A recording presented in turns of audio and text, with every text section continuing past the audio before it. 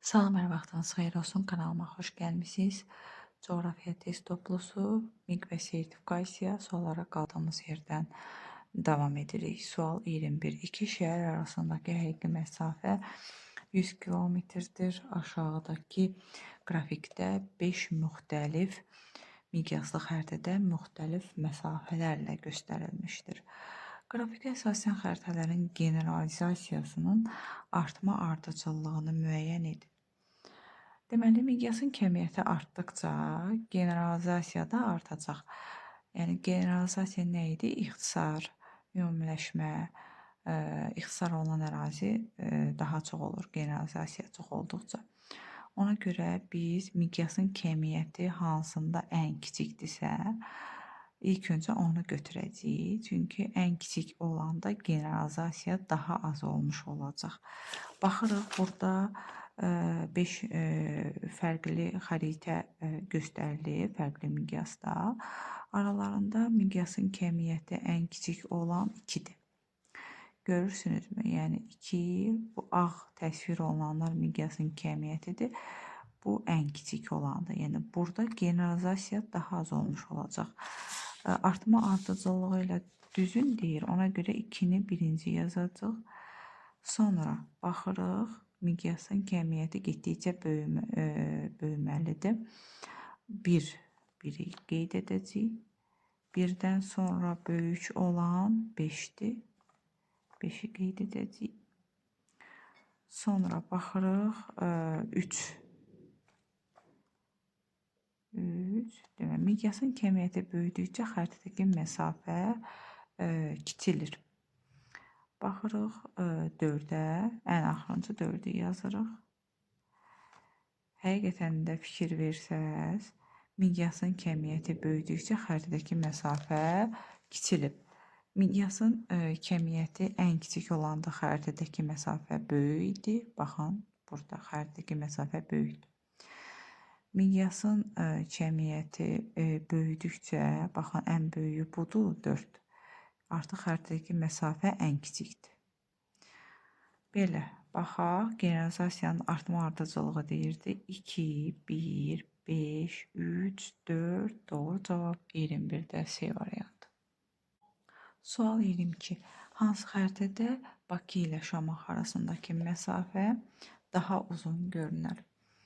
Birinci xəritədə 1 sm-də 20 km, ikincidə 1 sm-də 25 km, 1 sm-də 50 km, 1 sm-də 15, 1 sm-də 75 km. Deməli, bayaq da dedik, miqyasın kəmiyyəti artdıqca xəritədəki məsafə kiçilir. Bir var, xəritənin 1 sm-də 25 km təsvir edilir. Bir də var, xəritənin 1 sm-də 15 km təsvir edilir. Təbii ki, 15 km olan xəritədə daha böyük təsvir olacaq da. Ona görə də biz 4-ü götürəcəyik. Yəni 1 sm-də 15 km. Bu xəritədə Bakı ilə Şamaxı arasındakı məsafə daha uzun görsənəcək. Dördüncü baxırıq B variantındadır. 22-nin cavabı görsənmir bircə dəqiqə. 22-nin cavabı B variantıdır. Sual 23. Hansı xəritədə Bakı ilə Kürdəmir arasındakı məsafə daha qısa görünər? Bu səfər əksini soruşur. Bayaq da dedik, miqyasın kəmiyyəti artdıqca xəritədəki məsafə kiçilir. Ona görə kəmiyyəti ən böyük olanı götürəcəyik. Məsafənin qısa görsənməsi üçün kəmiyyəti ən böyük olan 1 sm-də baxırıq 80 km. 5-dədir. 5-ə baxırıq Y variantı. Yəni 1 sm-də 80 km təsvir edilibsə, həmin xəritədə Bakı ilə Kürdəmir arasındakı məsafə daha qısa görsənəcək. Yəni 23-ün cavabı Y variantıdır. Sual 24. Divarda eyni ölçüyə malik 5 xəritə asılmışdır. Deməli, xəritələri verib, ərazilərin xəritələri. Bu xəritələrdə generalizasiyanın artma ardıcıllığını müəyyən edin.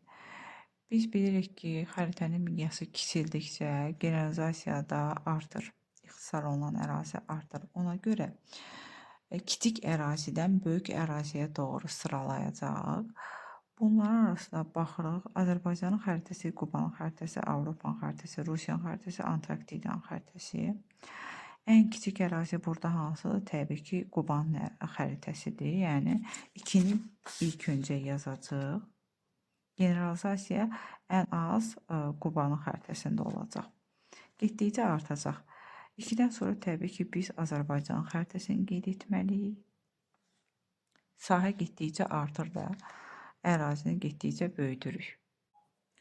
Sonra Avropanın xəritəsi, daha sonra Antarktidanın xəritəsi, sahə getdikcə böyüyür və ən sonda Rusiyanın xəritəsi. Biz artıq generalizasiyanı artma ardıcıllığına görə sıraladıq. Variantlara baxaraq 2, 1, 3, 5, 4, doğru cavab 24-də C variantıdır. Sual 25. Divarda tutduqları sahə eyni olan 5 xəritə asılmışdır. Bunlar aşağıdakı cədvəldə verilmişdir. Xəritələrin dəqiqliklərini artma ardıcıllığı ilə düzün. Bu səfər əksini deyir. Yəni biz böyük ərazidən kiçik əraziyə doğru sıralayacağıq. Yəni generalizasiyanın azalma ardıcıllığını. Getdikcə miqyas böyüyəcək. Baxırıq, verilənlər arasında ən böyük sahəyə malik olan hansıdır? Təbii ki, Asiyanın fiziki xəritəsidir. Ərazi əhatə etməsinə görə bu digər ərazilərə nisbətən daha böyükdür. Yəni Avropa, Avstraliya, Afrika, Rusiya nisbətən Asiya daha böyükdür. Ona görə daha kiçik miqyaslı təsvir olunacaq və buna görə də dəqiqlik azalacaq. Baxırıq, 5-i yazırıq 1-ə. Birinci yerdə də, yəni 5-i birinci yerdə yazacaq. Sonra yenə sahənin azalma ardıcıllığına görə Afrika gəlməlidir.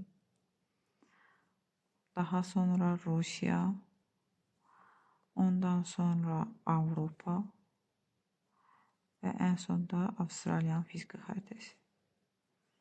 5, 2, 1, 4, 3. Doğru cavab 25-də D variantı. Sual 26. Diaqrama əsasən hansı xəritənin miqyasının daha böyük olduğunu müəyyən edin. Həqiqi məsafə kilometr, xəritədəki məsafə santimetrlə verilmişdir. Baxırıq, qara rəngdə olanlar həqiqi məsafələrdir. Xəritədəki məsafə ağ rəngdə olanlardır və görürük ki, həqiqi məsafə hamısında eynidir. Deməli, belə yadımızda saxlayaq. Xəritədəki məsafə böyüdükcə miqyas da böyüyür. Ona görə baxırıq aralarında ən böyük məsafə, yəni xəritədəki məsafə hansıdır? 5-dədir. Yəni deməli, burada miqyas daha böyük olacaq. 5 variantlara baxırıq. 5A variantındadır. 26-nın doğru cavabı A variantıdır. Sual 27. Sxemə əsasən hansı məntəqədə həqiqi məsafə daha uzundur? Bunun üçün biz hesablama işləri aparmalıyıq. Baxaq görək, birinci məntəqədə həqiqi məsafəni tapmalıyıq. Deməli, bizə verib xəritədəki məsafəni, bir də miqyası verib, miqyası. Ona əsasən hesablayacaq. Gəlin hesablayaq. Deməli, birinci məntəqədə miqyas 30-dur, xəritədəki məsafə 60-dır. Deməli, 30-u vuracaq 60-a. 30 vurulsun 60, tapırıq ki, həqiqi məsafə 1800 kilometrdir birinci məntəqədə. 2-yə baxırıq, 2-ni hesablayaq. Miqyasımız nə qədərdir? 70-dir. Miqyas 70-dir. Xəritədəki məsafə 40-dır. Vuraq 40-a. O da bərabərdir 2800 kilometr. Üçüncü məntəqəni hesablayaq. Miqyasa baxırıq. Miqyas 70-dir. Xəritədəki məsafə 20-dir. 70 vurulsun 20. Bu da bərabərdir 1400 kilometr. Dördüncü məntəqə. Miqyas 50-dir. Xəritədəki məsafə 70-dir. 50 vurulsun 70. Bu da bərabərdir 3500 kilometr. Sonuncu məntəqə. O da bərabərdir 5-də. Baxaq görək, miqyas olub 30. Xəritədəki məsafə isə olub 80. Yəni 30 vurulsun 80. O da bərabərdir 2400 kilometr. Hesabladıq. İndi nə istəyirdi bizdən? Hansı məntəqədə həqiqi məsafə daha uzundur? Baxırıq. Daha uzun olan təbii ki, 4-cü məntəqədədir. 3500 kilometr. 4-cü məntəqə. Baxaq görək variantlar arasında 27-nin cavabı deməli B variantı oldu.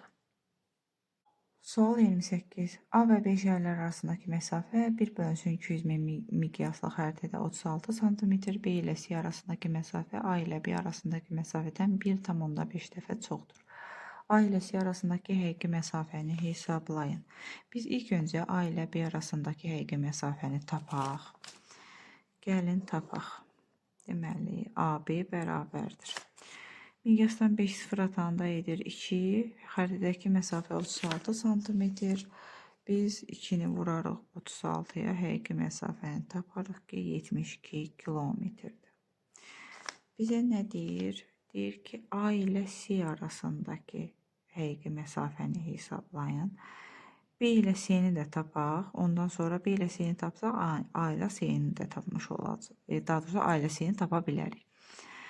B ilə C arasındakı məsafə A ilə B arasındakı məsafədən 1,5 dəfə çoxdur. Yəni BC bərabərdir 1,5 vurulsun 72. O da bərabərdir 108 kilometr. AB-ni bilirik, BC-ni bilirik, AC-ni artıq tapa bilərik. AC bərabərdir AB plus BC, yəni 72 plus 108. O da bərabərdir 180 kilometr. Tapdıq ki, AC 180 kilometrdir. 28-in cavabı Y variantıdır. Sual 29. 1/400 min miqyaslı xəritədə meşənin eni 6 sm, uzunluğu 10 sm-dir. Bu meşənin həqiqi sahəsi neçə kvadrat kilometrdir? Gəlin ilk öncə biz xəritədəki sahəni tapaq, ondan sonra düstura əsasən həqiqi sahəni hesablayaq. Xəritədəki sahəni tapmaq üçün eni uzuna vururuq, yəni 6-nı vururuq 10-a. Xəritədəki sahə bərabərdir 6 vurulsun 10. O da bərabərdir 60 kvadrat santimetr. Bu bizim xəritədəki sahəmizdir. Artıq biz həqiqi sahəni tapa bilərik. Həqiqi sahə bərabərdir düstura əsasən xəritədəki sahə vurulsun miqyasın kvadratı. O da bərabərdir xəritədəki sahə 60-dır. Vurulsun miqyas 5 sıfır atanda 4. 4-ün kvadratı da eləyəcək 16. Da bərabərdir 960. Birbaşa cavabı yazın, vaxt getməsin. 960. Variantlara baxırıq. 29-un cavabı Y variantıdır. Sual 30. 1/5 milyon miqyaslı xəritədə 5 dərəcəlik meridian qövsünün uzunluğu neçə santimetrdir? Biz bilirik ki, 1 dərəcəlik meridian qövsünün uzunluğu 111 kilometrdir. 5 dərəcəni tapmaq üçün ilk öncə 5-i vuracaq 111-ə. 5-i vuracaq 111-ə. Yəni 5 vurulsun 111 kilometr. O da bərabərdir 555 kilometr. Artıq xəritədəki məsafəni tapa bilərik. Xəritədəki uzunluğu deməli, xəritədəki uzunluq bərabərdir həqiqi məsafə, yəni 555 bölünsün miqyas. Miqyasdan da 3, 4, 5 sıfır atanda edəcək 50.